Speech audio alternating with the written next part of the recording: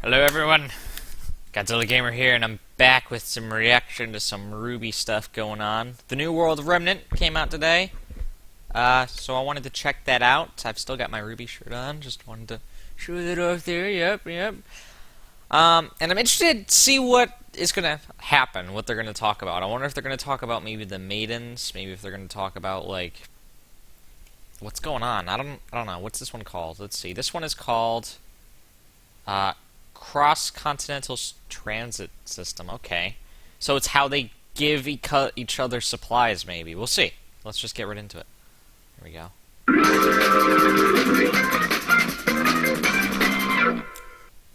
Game. Throughout the years, the world of Remnant has seen hundreds of technological advances that have changed society.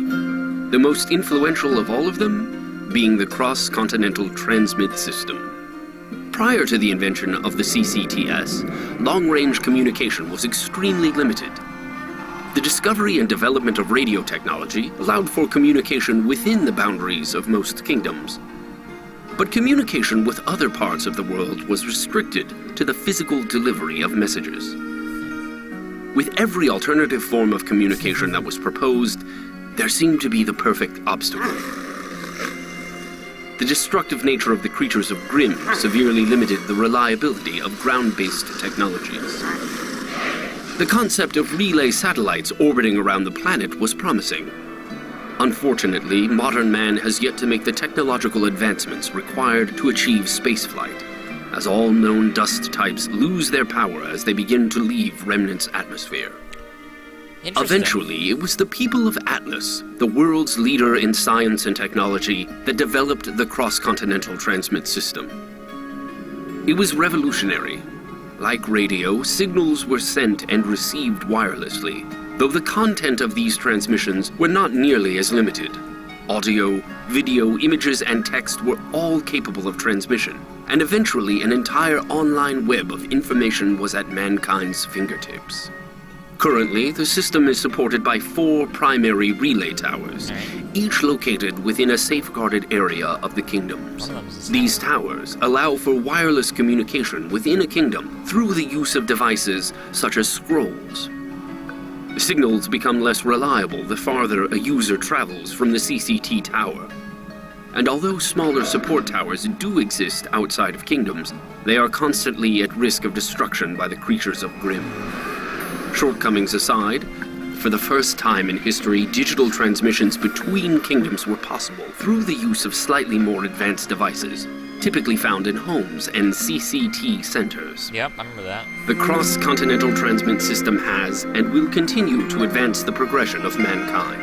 However, if one of the 4 towers is taken offline, the entire network fails with it. Oh. A slight inconvenience during routine maintenance. Slight inconvenience. But, to be honest, I find the limitation somewhat poetic. No one voice is louder than the others, and no voice may be silenced without the rest.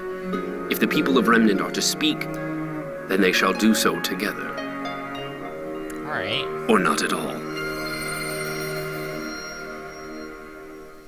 Interesting facts. Interesting facts throughout that entire episode. I liked some of the facts that they told us, and some of the things. Here, let's mute this. Let's go back real quick. It was way back here. Let's see. Right here. This is where they told us that dust loses its power if it leaves Remnant. I found that very interesting. I found that interesting about... So that just tells us you know, like something like they're not leaving Remnant. They're not leaving Remnant. Remnant is going to be the world. The moon. This is where, like, I'm starting to think about the moon a little bit more because they told us this. They said, like, hey, no dust powered stuff has been able to go there because dust loses its power. And I'm really thinking about maybe, like, what's going on with the moon in that case. Like, people keep on saying that, like, the moon doesn't mean anything, but it very obviously does, because I've listened to the songs, I've listened to the soundtrack a lot, and they mention the moon a lot in Volume 1, the soundtrack and in the songs. They usually say, like, when the moon is gone, like, it will be the end. So, something's up with that moon. I don't know what. No clue. You guys can post your theories down below. If you really want to, like, see any good theories, Team Theory on Facebook, you can go on there and all that stuff if you haven't already. Just go ahead. What else did I find interesting? The fact that if one of them is taken down, the rest of them are too. We know now that Cinder can just, like, silence everyone like that. We just know that now. Or she can broadcast whatever she wants. Let's see. What was something else that I found kind of interesting in there? I saw it and I wanted to point that out. Alright. Again, with this one continent here, I'll move my mouse around it just in case. I don't know if you guys can actually see my mouse around here.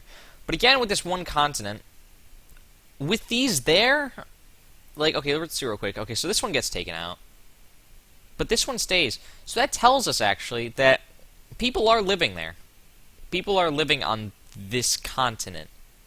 And what is this continent a part of? Which one is this a part of? Because there's very obviously no big tower in this continent. And this is a big area. This is, like, as big as over here.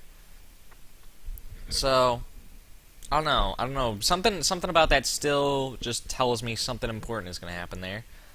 Let's see what else was in here that I found kind of interesting.